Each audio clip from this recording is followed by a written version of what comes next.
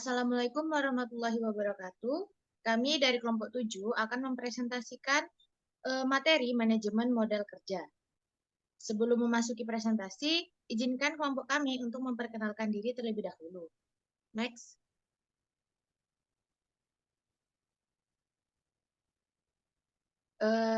Dengan saya sendiri, Cendani Melia Dwi Putri dengan akhiran NIM 1243. Dan rekan saya Aura Fortuna dengan NIM akhir 1254.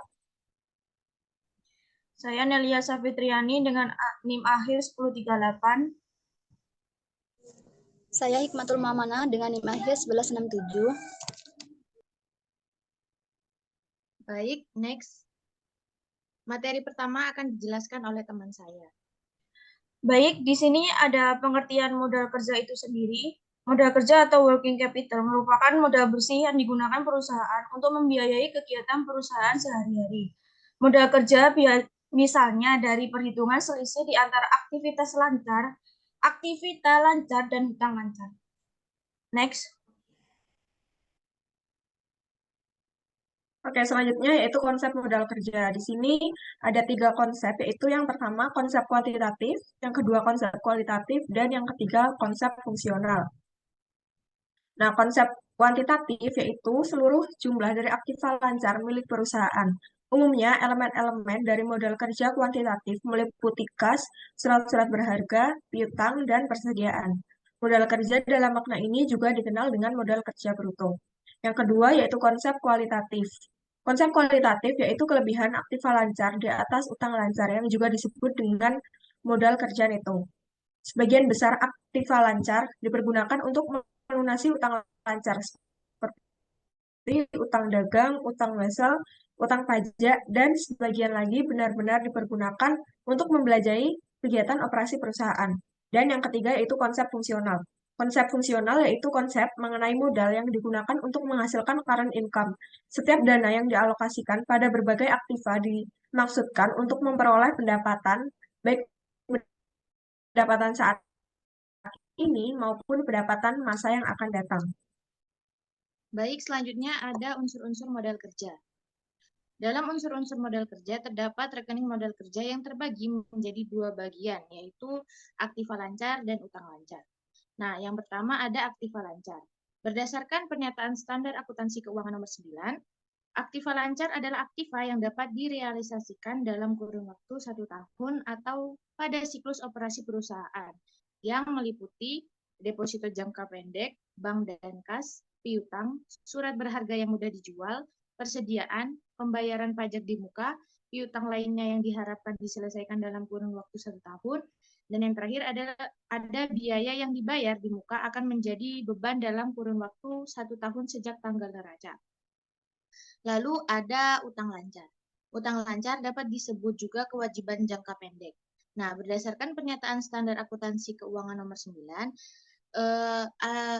utang lancar adalah suatu kewajiban yang diharapkan akan dilunasi dalam kurun waktu 1 tahun atau pada siklus operasi normal perusahaan, yang meliputi biaya dan utang usaha yang harus dibayar, pinjaman dari bank dan pinjaman lainnya, uang muka penjualan, bagian kewajiban jangka panjang akan segera jatuh tempo dalam kurun waktu 1 tahun sejak tanggal neraca, ada pinjaman bank, utang pembelian aktiva tetap, dan utang serba-serbi lainnya yang harus segera dibayar dalam kurun waktu 1 tahun.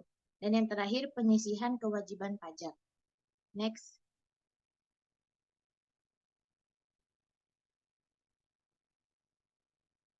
Baik, selanjutnya ada jenis-jenis modal kerja. Modal kerja dibagi menjadi 2 jenis. Yang pertama ada modal kerja permanen atau permanent working capital. Nah, modal kerja permanen memiliki sifat yang berkelanjutan atau terus-menerus. Modal kerja permanen diperlukan demi kelancaran usaha dan bisnis perusahaan. Dapat dikatakan bahwa modal kerja permanen harus dimiliki perusahaan untuk tetap menjalankan fungsinya. Modal kerja permanen terbagi menjadi 2 jenis, yaitu modal kerja primer dan modal kerja normal. Modal kerja primer ialah modal kerja minimum yang harus ada pada perusahaan untuk menjamin kontinuitas usahanya. Lalu modal kerja normal ialah jumlah modal kerja yang dibutuhkan untuk perluasan produksi perusahaan. Modal kerja ini diperlukan untuk produksi normal atau kapasitas normal yang biasanya dihasilkan perusahaan. Lalu yang kedua ada modal kerja variabel atau variable working capital. Modal kerja variabel dari segi nilainya bisa berubah-ubah sesuai dengan perubahan keadaan. Adapun modal kerja variabel yang berlaku di perusahaan yaitu ada 3, modal kerja musiman, modal kerja siklis, dan modal kerja darurat. Yang pertama ada modal kerja musiman, yang merupakan modal kerja yang jumlahnya berubah-ubah disebabkan oleh fluktuasi musim.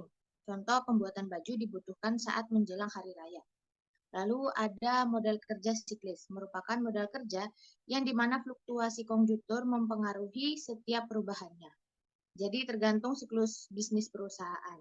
Contoh, perusahaan membutuhkan modal kerja lebih dikarenakan beberapa bahan baku harganya mengalami kenaikan.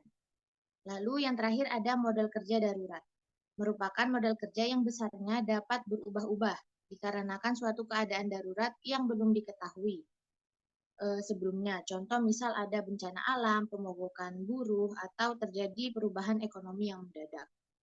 Next.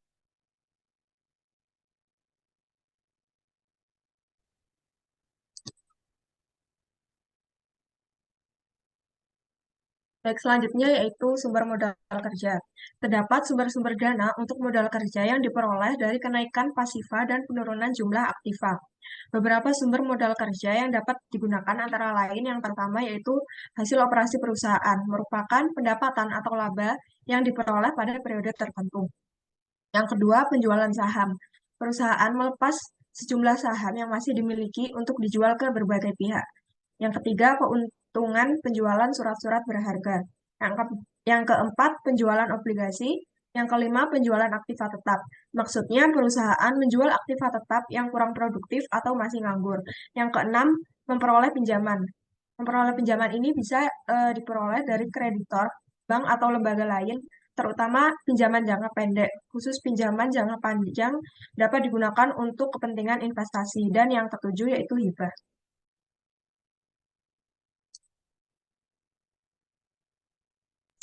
Selanjutnya adalah metode penentuan kebutuhan modal kerja.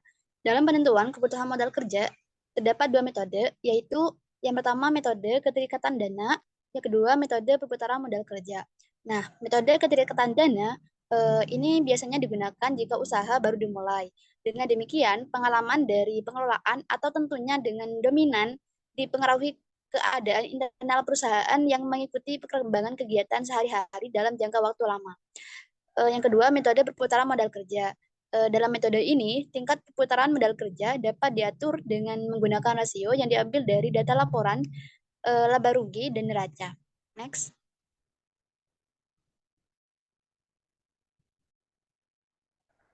Oke, metode keterikatan dana. Untuk menentukan kebutuhan modal kerja dengan metode ini, terdapat 2 faktor yang mempengaruhinya, yaitu periode terikatnya modal kerja, kedua pengeluaran kas setiap hari. Next.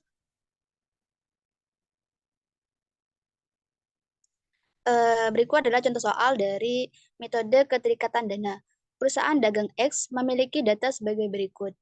Periode keterikatan modal kerja, lama barang disimpan 7 hari, lama pengumpulan piutang 13 hari. Jadi total periode keterikatan modal kerja adalah 20 hari. Selanjutnya pengeluaran kas setiap hari dengan rincian pembelian barang dagangan 1 juta, upah karyawan 100.000, biaya administrasi dan umum 10.000, biaya penjualan 35.000, biaya lainnya 5.000. Total adalah 1.150.000 dengan kas minimal berjumlah 150.000. Jadi kas minimal ini adalah kas yang harus dimiliki atau dipertahankan oleh perusahaan agar dapat memenuhi kewajiban finansialnya sewaktu-waktu. Jadi kebutuhan modal kerja yang dibutuhkan sama dengan 20 dikali 1.150.000 ditambah 150.000 sama dengan 23.150.000. Next.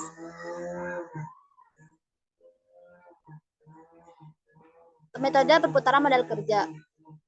Besarnya kebutuhan modal kerja ditentukan oleh perputaran dari komponen-komponen modal kerja, yaitu perputaran kas, piutang, dan persediaan. Next. Berikut contoh soal dari metode perputaran modal kerja. Berikut adalah posisi kas, piutang, dan persediaan PT D5 dengan keterangan kas pada tahun 2012 200.000, pada tahun 2013 400.000, keterangan piutang pada tahun 2012 500.000, pada tahun 2013 600.000, persediaan pada tahun 2012 700.000, pada tahun 2013 800.000.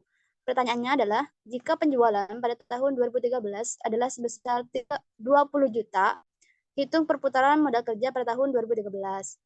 Dan ke B, jika pada tahun 2014 penjualan diperkirakan naik menjadi 30 juta, berapa kebutuhan modal kerjanya? Next. Berikut adalah cara menyelesaikan metode perputaran modal kerja. Langkah pertama, menghitung perputaran elemen-elemen pembentuk modal kerja. Pertama, perputaran kas. Dengan rumus penjualan per rata-rata kas sama dengan 20 juta per 200.000 dikurangi 400.000 per 2 sama dengan 20 juta per 300.000 sama dengan 66,67 dibulatkan menjadi 67 kali. Perputaran piutang sama dengan penjualan per rata-rata piutang sama dengan 20 juta per 500.000 dikurangi 600.000 per 2 sama dengan 20 juta per 550.000 sama dengan 36,36 sama dengan 36 kali. Perputaran persediaan sama dengan penjualan per rata-rata persediaan sama dengan 20 juta per 700.000 dikurangi 800.000 per 2 sama dengan 20 juta per 750.000 sama dengan 26,67 dibulatkan menjadi 27 kali. Next. Langkah kedua, menghitung periode terikatnya elemen modal kerja sama dengan kas sama dengan 360 per 66,67, di mana 360 ini merupakan jumlah hari dalam satu tahun. Jadi diketahui 5,4 hari. Yang kedua, piutang sama dengan 360 per 36,36 sama dengan 9,9 hari. Persediaan sama dengan 360 per 26,67 sama dengan 13,5 hari. Dengan jumlah 28,8 hari atau dibulatkan menjadi 29 hari. Nah, yang A, dari perhitungan tersebut di atas didapatkan periode terikatnya elemen modal kerjanya adalah sebesar 28,8 hari atau dibulatkan menjadi 29 hari. Sehingga perputaran modal kerja dengan asumsi 1 tahun sama dengan 360 hari sama dengan 360 per 28,8 sama dengan 12,5 kali. Yang B, estimasi kebutuhan modal kerja pada tahun 2014 sama dengan 30 juta per 12,5 sama dengan 2.400.000. Next. Oke, selanjutnya yaitu manajemen modal kerja. Arti dari manajemen modal kerja merupakan bentuk dari pengelolaan terhadap aktivitas lancar dan hutang lancar perusahaan dengan tujuan agar tercapainya keseimbangan antara laba dan resiko sehingga kelak dapat memberikan kontribusi positif terhadap nilai perusahaan, yaitu peningkatan laba dan penurunan resiko. Terus di sini ada fungsi manajemen modal kerja. Yang pertama yaitu menyesuaikan perubahan tingkat. Maksudnya volume produksi dan penjualan jumlah modal kerja sangat tergantung pada volume kegiatan bisnis. Makin tinggi kegiatan bisnis, makin besar modal kerja dibutuhkan untuk membiayai kegiatan tersebut. Terus yang kedua ada membantu memaksimumkan nilai perusahaan. Dengan cara memperkecil biaya modal untuk meningkatkan hasil atau return, misalnya dari para pemasok, maka makin kecil dari sumber modal permanen dan dengan demikian akan menurunkan biaya modal.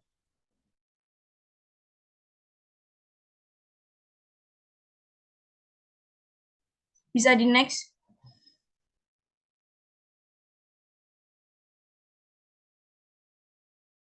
Sekian presentasi dari kelompok kami mengenai manajemen modal kerja.